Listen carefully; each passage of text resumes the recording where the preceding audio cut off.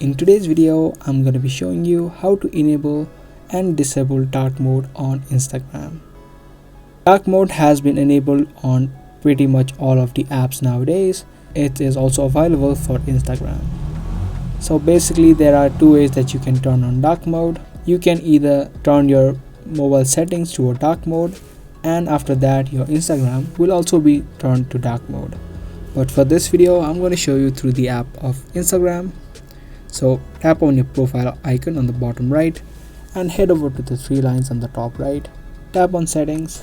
Now in settings, you'll be able to see an option of theme. By default, yours would be set to system default. Now to make yours Instagram dark, you can tap on the dark option. Now as soon as you do that, your Instagram will be changed to a dark theme.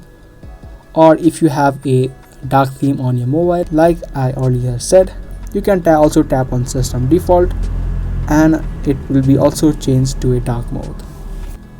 So that's how you can easily enable or disable dark mode on Instagram.